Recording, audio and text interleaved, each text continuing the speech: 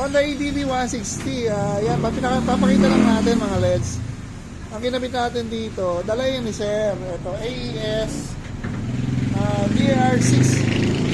Parang ano siya, parang design ng gold runway talaga. Kaya pala GR6. Ang atin lang dito, yung bracket na heavy duty. Pakita mga pat yung bracket, yung matibay. Tanda ng piga. Yung bracket namin, stainless na powder coated, nakatumi niya sa chassis. Saka maganda rito, yung pwesto niya, yan o. Hindi siya ganong nakalabas, halos kalahati lang. Tapos pikirin mo rito, ayan o. Hindi siya nakarang sa headlight at nakababa nga siya. Tapos stainless siya na powder coated, dual arm niya. Tapos ito capsule hole.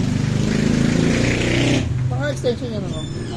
Pagka mga gantong ilaw, naglalagay kami ng flat bar extension. Ito. Hindi halata eh. Meron dito sa ilalim. Kasi masyado na malaki ilaw ni Sir XL na eh.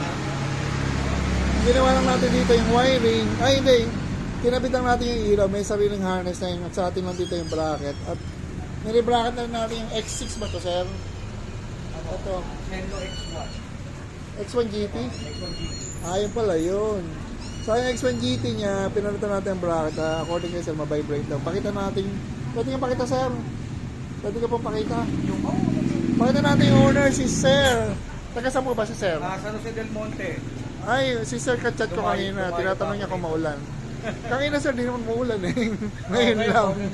Ay siya, matetesting mamaya. May raincoat ka ba, Sir? Ha? Raincoat. Hindi na ako nagre-raincoat. Yun yung totoong rider, rain or shine. Saka nagamot, Sir.